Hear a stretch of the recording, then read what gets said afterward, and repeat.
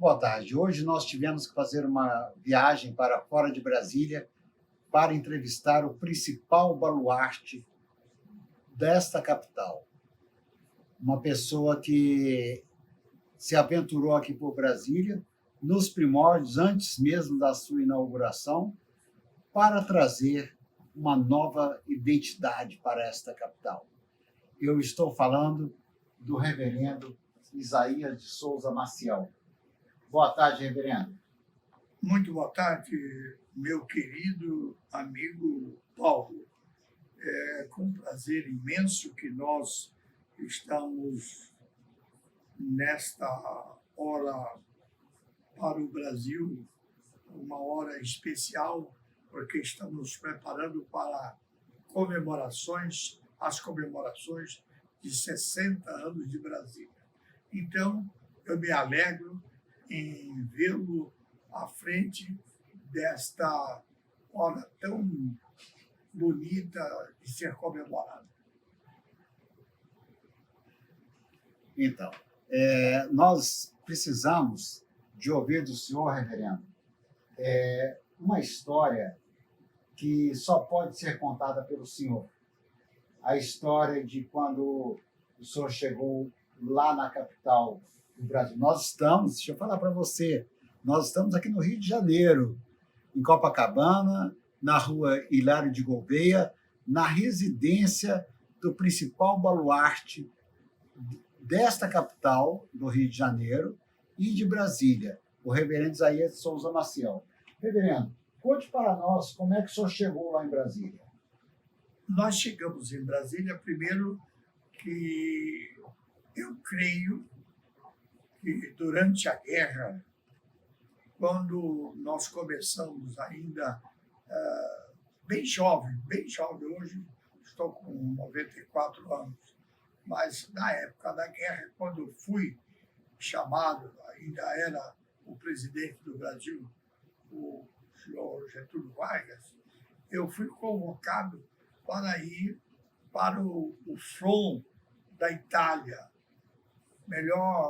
Para melhor identificação, nós fomos de navio, o navio é o navio General Meigs, e tinha 5 andares. E nós ficamos no último andar e havia um treinamento pelo caminho durante a viagem, que durou 15 dias, o treinamento para caso ser o navio bombardeado, atacado pelo inimigo.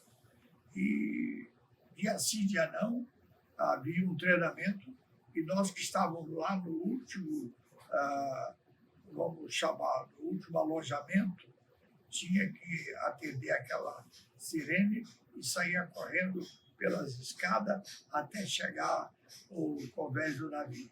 Mas que aventura! Foi. Então, e como é que se passava? Como é que era esse treinamento? Realmente deve ser uma coisa muito louca, né? Muito louca, e os soldados todos ficavam nervosos, uns chorando, outros alegres, outros sem falar nada, mas depois de 10 minutos daquele, que era um treinamento para, no caso de sermos atacados, saber como proceder para não morrer todos no bombardeio. Está ouvindo? Que história é essa? Nós estamos, então, aqui falando com um dos guardiões dessa pátria, que esteve lá na Itália durante a Segunda Guerra Mundial. Reverendo, que experiência que o senhor teve? Vamos mudar o foco um pouquinho, porque entrevistar uma pessoa de 94 anos, do porte do reverendo Isaías de Souza Maciel, não é para qualquer um. E eu tenho o privilégio de estar na residência dele fazendo essa entrevista. Eu tenho o orgulho de chamar o reverendo de meu pai, né? Meu pai espiritual, que cuida de nós em oração, que cuida da minha família, que tem meus filhos, que ama meus filhos, e estar aqui na presença dele é muito importante. Reverendo, conta para nós como é que foi essa ida do senhor à Itália. Foi uma convocação, e nós aceitamos a convocação e fomos muito bem sucedidos porque chegando na Itália, claro, depois de uma viagem de 15 dias de navio, 15 dias, chegando na Itália, fomos colocados à disposição de um batalhão que tinha como comandante o coronel Horácio Cardoso Machado.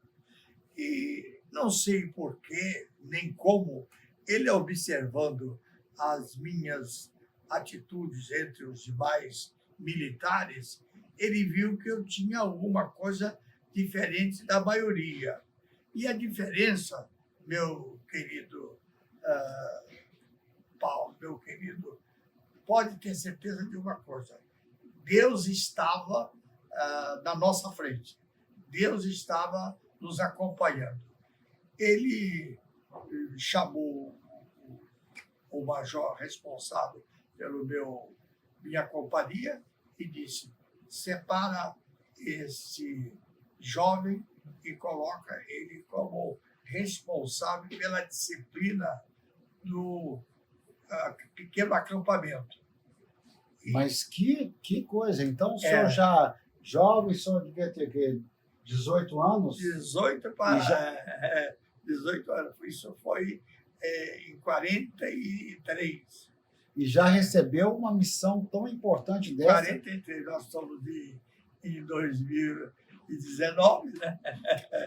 Tem 75 anos, mais ou menos. Né? 75 anos. Que história, reverendo. Então, o senhor é eu diria que o senhor é uma lenda viva, né, que está aqui contando essa história. E como é que foi lá, depois que o senhor recebeu esse comando de liderança?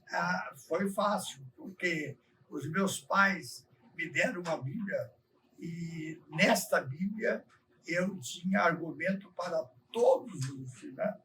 E eu comecei lendo naturalmente Mateus 7, onde nós vimos lá no versículo 20, todo aquele que ouve as minhas palavras e as pratica será comparado ao homem prudente que edificou a sua casa sobre a rocha. E todo aquele que ouve as minhas palavras e não as pratica é comparado ao homem imprudente que edifica a sua casa sobre a areia. E vindo a chuva, bate contra aquela casa e ela cai e é grande a sua ruína. E com essa palavra eu levei o major, o capitão, o tenente, o sargento a ter uma nova visão de um comportamento perante os demais militares. Não basta ser graduado na guerra, tem que ter, primeiro, muita fé, certeza que não está só e que a sua missão ali não era puramente material, homem contra homens. Havia entre essa luta o que nós poderíamos chamar de um ideal político, ideológico. Como, de fato, todo mundo sabia que Mussolini e Hitler era de uma filosofia política que não é a nossa. Né? Então, eu comecei levando muito a sério a nossa atitude de um militar com responsabilidade de fazer com que os outros vissem em mim uma pessoa que estava preparado para enfrentar o perigo, porque não estava só. Tinha alguém que ia na nossa frente. Reverendo, hoje, ler a Bíblia, falar a Bíblia, hoje nós temos a liberdade de culto em todos os lugares. Mas eu imagino que há 70 e tantos anos atrás era um pouco mais difícil de pregar essa palavra. Era muito difícil e tinha uma coisa. A temperatura era sempre 5 abaixo de zero. 5 abaixo de zero. As nossas barracas ficavam com 2, 3 centímetros de gelo em cima da cobertura de cada barraca.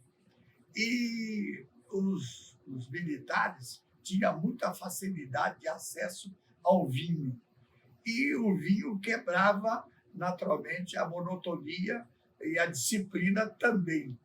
E por isso o coronel Horácio Cardoso Machado disse assim, o Isaías não bebe, então vamos deixar ele responsável. E meu pai tinha me dado uma Bíblia, e eu pegava aquela Bíblia, lia a Bíblia e fazia um ligeiro comentário.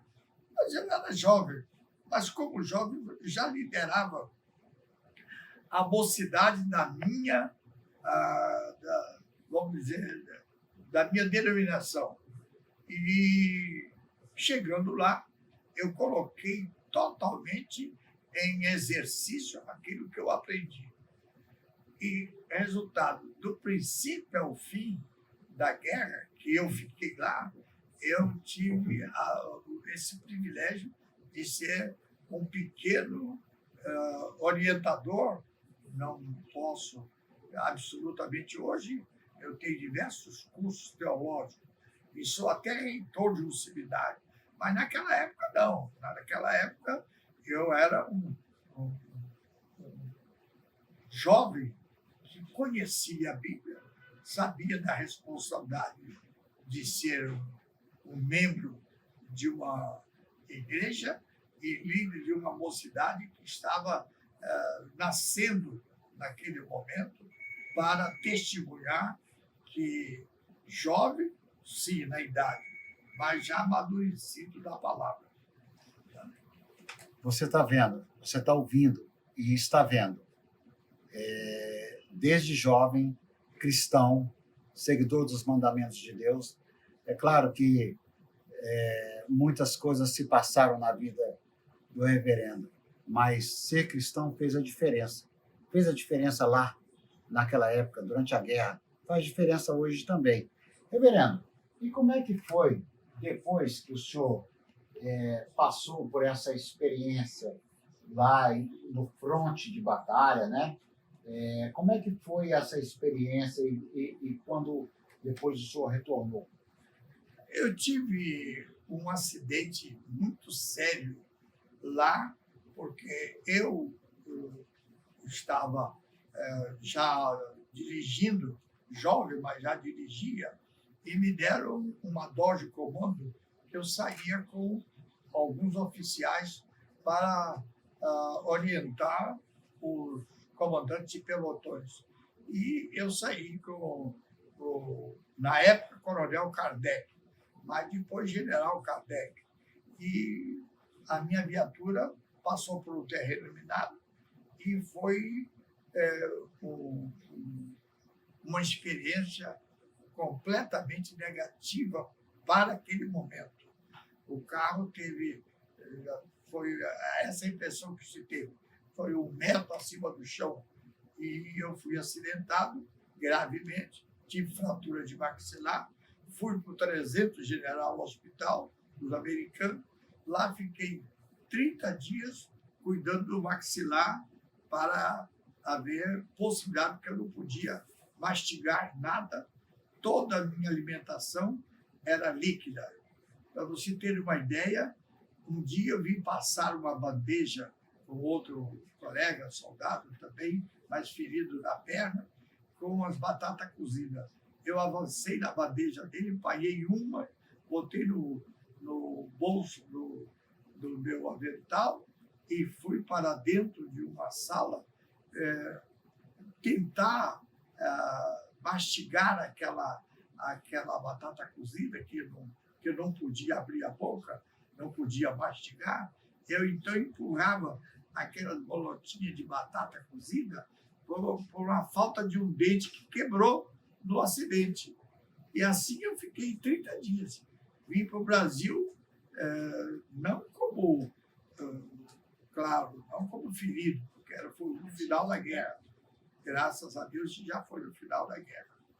E como nós tivemos a felicidade de não ter nenhum diagnóstico mais grave, mas eu tinha medo de morrer, eu fiz um voto que, se voltasse vivo para o Brasil, criaria alguma coisa importante, uma obra social para atender pobres, crianças, idosos e todo e qualquer pobre que necessitasse do meu trabalho, como eu comecei fazendo na guerra. E isso aconteceu. Reverendo, então o senhor saiu da guerra, a guerra terminou, graças a Deus, e o senhor voltou para o Brasil e cumpriu a missão, cumpriu a promessa que o senhor tinha feito a Jesus? Cumprimos de uma maneira, de uma vitória muito grande, porque nós começamos no Rio de Janeiro, construímos o primeiro ambulatório, depois o primeiro hospital, além do ambulatório, o primeiro hospital, o segundo hospital, o terceiro hospital, e fomos tendo apoio não só dos amigos que conheciam a história, mas também do povo que eu me infiltrei numa rede de comunicação, rádio e jornal, e em pouco tempo todo mundo sabia que um ex-combatente tinha feito um voto de ajudar a pobreza do seu país, caso voltasse com vida, seria um testemunho permanente daquilo que a Força Expedicionária Brasileira criou esta oportunidade para que membros da nossa equipe, membros do Exército Brasileiro, fosse vitorioso naquilo que planejou em plena guerra, em pleno exercício da nossa função. Reverendo, eu gosto muito de dizer sempre que Deus não nos tira nada se não for para nos dar algo melhor.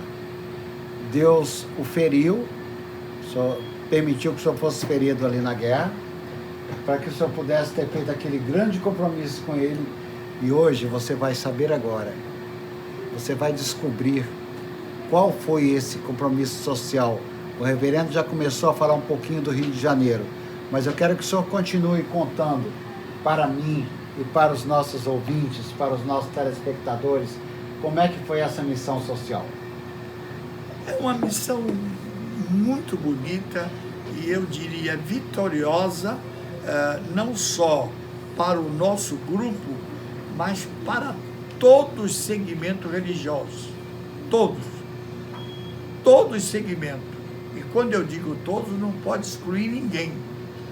E qualquer segmento religioso, inclusive.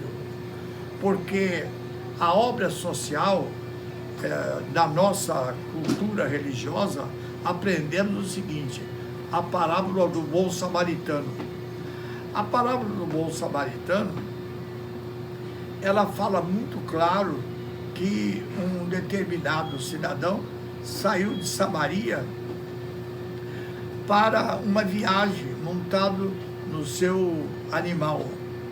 E no meio do caminho ele foi assaltado. E sendo assaltado, ele foi espancado, tiraram tudo que ele levava, deixaram ele caído semi-morto e foram embora. E mais tarde passava por aquele caminho um religioso, um cidadão que representava a religião, segundo a tradição, que era a melhor, a correta, a que era de Deus, mas deixou ele caído lá ao lado.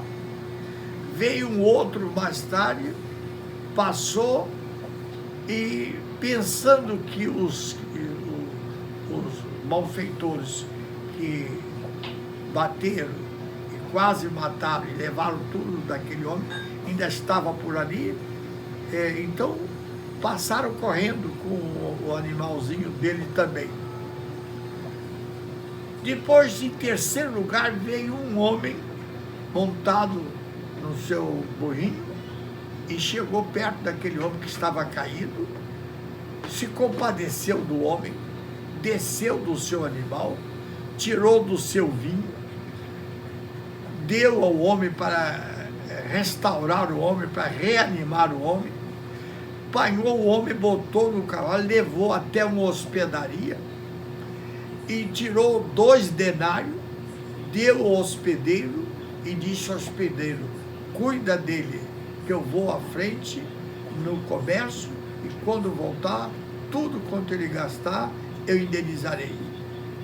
Então, perguntaram, após esse ato maravilhoso, perguntaram a ele, mas você não, o que você quer em troco do que você fez? Ele disse, eu cumpri a minha missão. Eu cumpri a minha missão. Eu fiz o que deveria ser feito. Eu socorri alguém que precisava de mim. Então, aí está a palavra do bom samaritano. Não basta ver o sofrimento do pobre que está caído, que está ferido, que está idoso, crianças sem pai e sem mãe, porque perderam naturalmente na lida da sua vida diária, da sua vida no lugar, no campo onde está. É preciso fazer alguma coisa mais do que oração. Oração sem ação é tentação. Então precisa oração e ação. Razão pela qual hoje o Serviço de Assistência Social Evangélica criou 7 entidades de âmbito nacional e internacional. Hoje nós estamos no Brasil, em diversos estados do Brasil e no exterior, principalmente em alguns países da África, passando por Angola, onde temos bispo, representante da Igreja de Nosso Senhor Jesus Cristo, que faz a obra de visitação aos necessitados daqueles países onde existe fome. E aqui no Brasil, nós somos de estado em estado, e podemos falar daqui a pouco como fomos parar em Brasília, onde Juscelino teve a coragem de ir naquele grande campo bonito e plantar a semente da transferência do Distrito Federal, que era no Rio de Janeiro, e foi para Goiás, e lá plantou de fato, hoje para mim, uma das cidades mais bonitas do Brasil. Você está ouvindo aqui uma lição de vida e um ensinamento com um professor de 94 anos, que traz à sua memória toda essa história que nós estamos passando para você. Isso é o único, viu? Você que está assistindo essa reportagem, ouça do princípio ao fim, porque além de aprender, você vai poder estudar também sobre essa história. Reverendo, o senhor está falando aqui de JK, que chegou lá em Brasília, que fundou um desbravador, né? Hoje nós temos lá os seus sucessores, que é o Paulo Otávio, que é que continua a sua obra lá em Brasília, e tantos outros, a sua esposa, a Márcia também, a Cristina Kubitschek também, que é neta do Juscelino, que estão lá fazendo a obra. Mas conte para nós, como é que o senhor foi parar em Brasília? Nós fomos parar em Brasília porque no tempo em que nós tivemos já de volta no Brasil, nós fomos levados a fazer um curso de teologia. E nesse curso de teologia, graças a Deus, eu tive a oportunidade de ser diácono, presbítero e depois ser consagrado ministro da palavra. E como ministro da palavra, eu não parei aí. Eu viajei a alguns países do mundo para conhecer Israel por dentro e por fora. Alguém poderá, mas existe como existe. Eu fui à Palestina, eu fui a Roma 2 vezes conhecer o Vaticano e o que acontece no Vaticano. Eu fui a outros países conhecer, como fui a Roma 2 vezes, eu fui à Palestina 2 vezes, eu fui a outros países para saber como desenvolver um trabalho que tinha compromisso religioso, mas que não podia de maneira nenhuma deixar de reconhecer que a religião não pode ser do homem.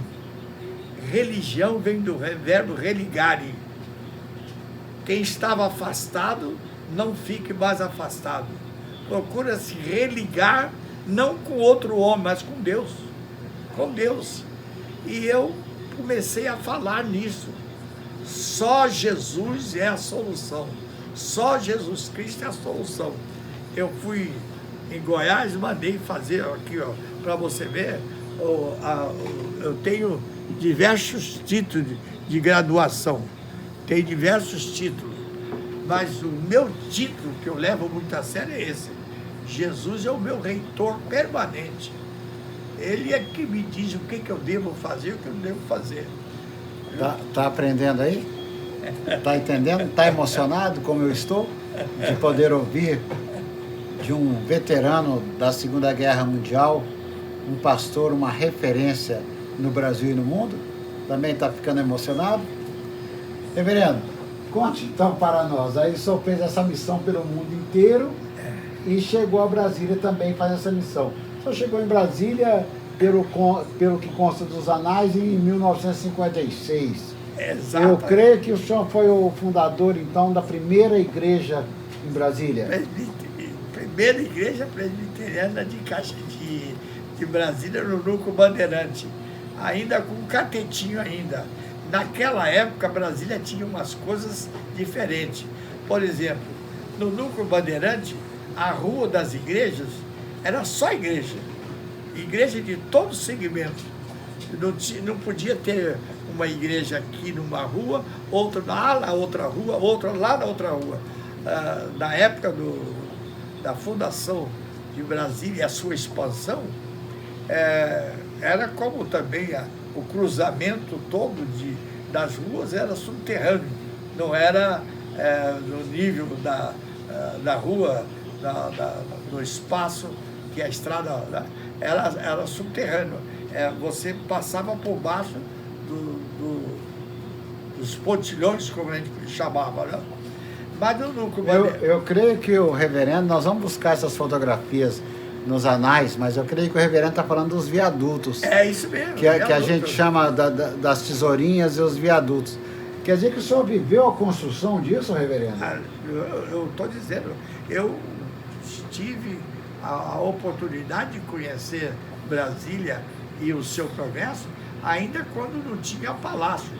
Era o chamado catetinho, que era uma construção tosca, e ali começou tudo. Juscelino, eu acho que é um homem insubstituível, porque ele teve a coragem de implantar hoje uma das mais lindas cidades da América, da nossa América Latina, num lugar onde não tinha água encanada, não tinha nada. Depois é que foi sendo plantado, e até hoje Brasília já tem água para pequenos barcos, mas naquela época não podia andar nem de canoa, que dirá de barco.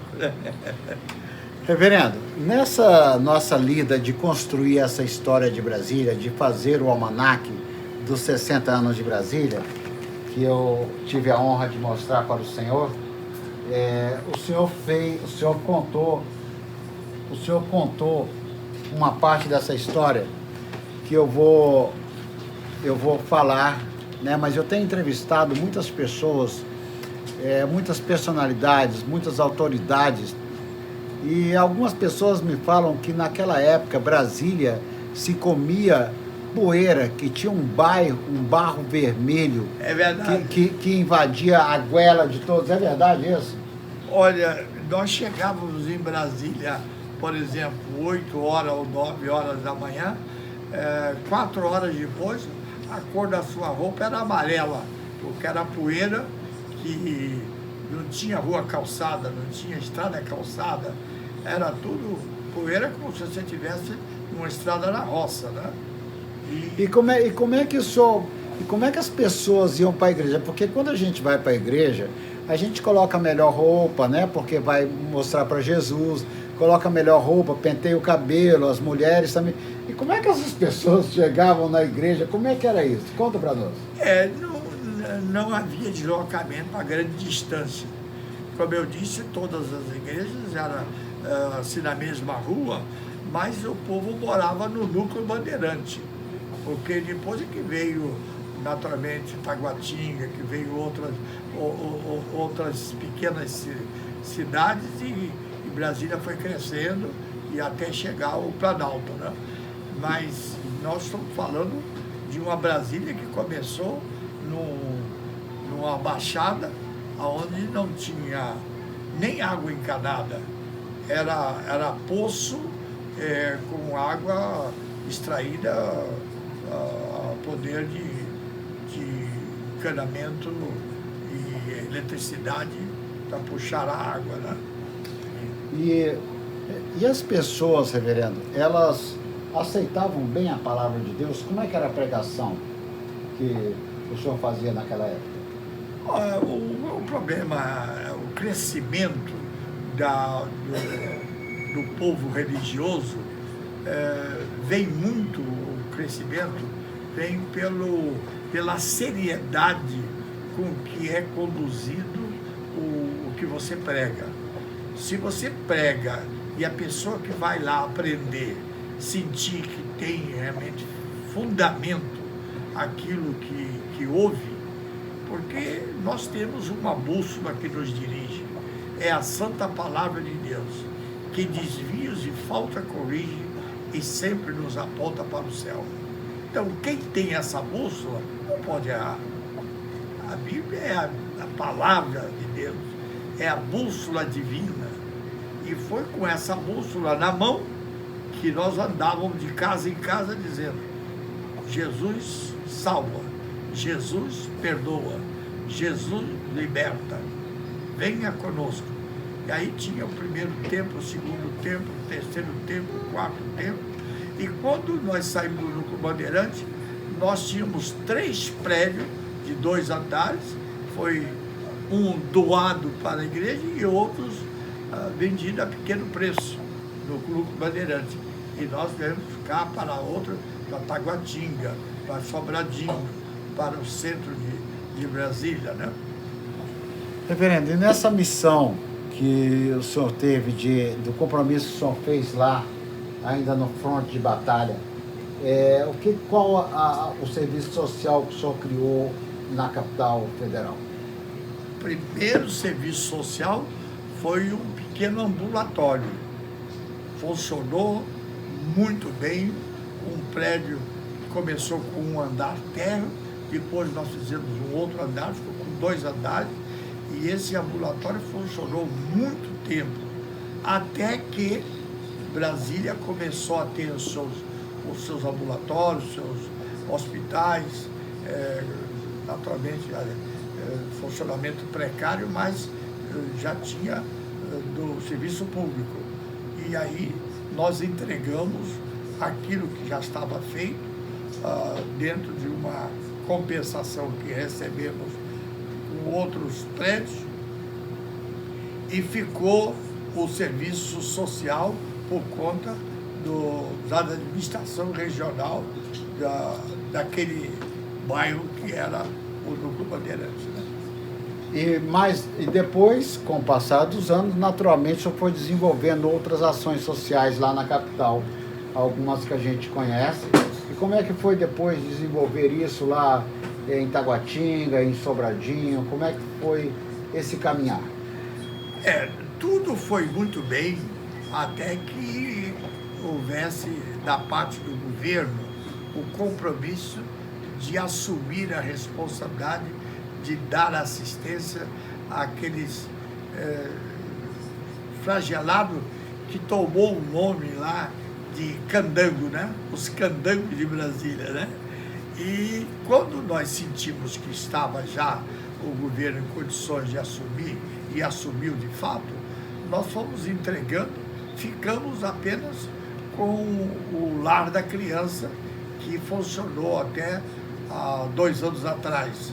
E agora, por um problema de má administração de pessoas que nós confiamos e não tiveram, naturalmente, a firmeza, esse lá, em Taguatinga, o prédio é nosso, o terreno é doado pela Nova Cap, mas que está num processo no tribunal.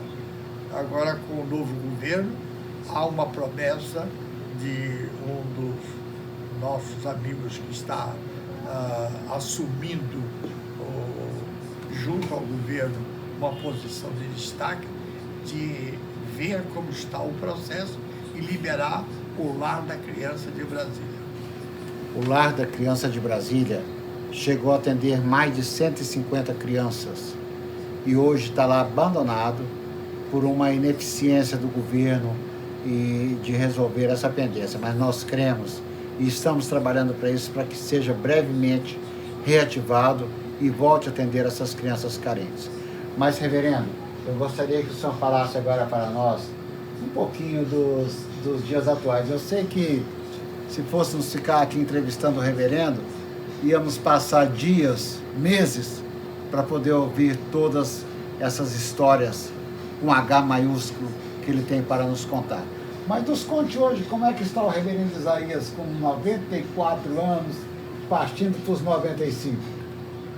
Olha, nós temos, para a alegria da família, nós estamos, perdoe talvez o nosso linguajar, mas nós estamos atravessando uma época muito boa de cultura geral, né? Hoje nós temos alguns ambulatórios funcionando no Rio de Janeiro, temos algumas policlínicas, não é uma nem duas, algumas funcionando, como fruto desse voto feito em 43 e 44, né? Lá no front mesmo, né? Onde fomos poupados por Deus, não pelo homem. Eu não estou vivo porque doutor fulano de tal cuidou de mim, ou porque tais e tais medicamentos me curou. Não, eu estou vivo porque Deus, pela sua infinita misericórdia, nos deu esta vitória de poder testemunhar que só Jesus Cristo perdoa, só Jesus Cristo cura, só Jesus Cristo salva quando Ele sente em nós o desejo de fazer a obra que o homem pode fazer, orientado por Deus. É o que estamos fazendo. Fazendo tudo o que fazemos, buscamos orientação na Escritura Sagrada e nos exemplos daqueles que já viveram antes de nós e que praticaram o que aprenderam na palavra. Bem, eu falei que você ia ter uma aula, né? Eu também estou tendo uma aula. E eu queria perguntar para o reverendo agora que os tempos mudaram, o governo Bolsonaro assumiu aí agora, há pouco mais de 6 meses, está com uma quebra de paradigmas muito grande, e aqueles homens sérios, que têm compromisso com a verdade, que trabalham, terão o seu valor reconhecido, que não teve em governos passados, agora sim, os sérios terão o seu valor. Mas, reverendo, eu sei que o senhor tem um valor incomensurável nessa sua vida, tanto em Brasília como no Rio de Janeiro. Mas eu quero perguntar para o senhor, qual a sua expectativa com o governo, tanto do Rio de Janeiro quanto do governo federal? Vamos entrar um pouquinho na política, né? Eu gostaria de encerrar esta entrevista que me deu muita alegria em se tratando do que você representa para nós em Brasília e sua família, mas eu gostaria de não entrar, em hipótese alguma, nos considerações políticas, porque o atual presidente do Brasil, ele está corretíssimo no seu ideal de uma política democrática. Eu nasci para ser um democrata cristão, mais do que democrata cristão. E acho que ele tem tudo para ser esse democrata cristão. Mas eu não gostaria de opinar, e conheço alguns membros da equipe do Bolsonaro, mas não gostaria de opinar na hora em que a televisão, os jornais começam a querer postar o nome dele com qual o percentual que ele tem de aprovação e não tem de aprovação. Eu confesso que fico preocupado, porque ninguém pode falar do que não conhece. E tem muita gente respondendo sem conhecer do assunto. E eu prefiro não responder esse tipo de pergunta política, porque eu só consegui chegar aonde cheguei porque nunca misturei política com religião e com posição de trabalho. São coisas distintas, e quem estiver me ouvindo há de reconhecer. A política tem que ser com quem entende de política, religião tem que ser com quem entende de religião, e trabalho tem que ser quem entenda daquilo que está fazendo. Parabéns você pelo seu magnífico trabalho, que eu conheço, que eu dou nota 10 para você, para a sua equipe, e pode ter certeza que aqueles que estão me ouvindo, que me ouviram, hão de reconhecer. O fechamento da entrevista foi melhor do que o início. Não entrou política, então entrou trabalho. Olha, você viu aí, né? Política não se mistura com trabalho social. Cada um no seu lugar. E o reverendo, mais do que ninguém, sabe disso. Por isso que a obra social que ele toca, que ele vem tocando, cresce do jeito que está crescendo, não só no Rio, não só em Brasília, mas no Brasil e no mundo todo. Reverendo, já encerramos, mas eu queria que o senhor desse uma última palavra, que é um parabéns para essa nossa Brasília, que vai fazer 60 anos. Então, mande um abraço para Brasília e para os seus compatriotas que estão por lá. Sim, eu quero mandar para Brasília um tríplice abraço, e eu tenho certeza que quem está me ouvindo vai saber interpretar o que significa um tríplice abraço. E o atual presidente que está respondendo pelo nosso presidente que está fora do Brasil, ele deve receber o Leal Mourão um tríplice abraço, e ele vai saber que ele tem um irmão que manda um abraço muito carinhoso, viu, meu querido irmão general Mourão, pelo seu magnífico, mais do que magnífico, super magnífico e inteligente comando que o senhor sempre teve na história da sua biografia no Exército Brasileiro. Um abraço, Bolsonaro, um abraço, Mourão, um abraço, Brasil. Um abraço, Paulo. Reverendo, muito obrigado por essa entrevista. Ainda continua, viu? Aqui ele contou um pedacinho da sua história, mas brevemente nós retornaremos ao Rio de Janeiro para continuar ouvindo um pouco mais. Um grande abraço a todos, fiquem com Deus.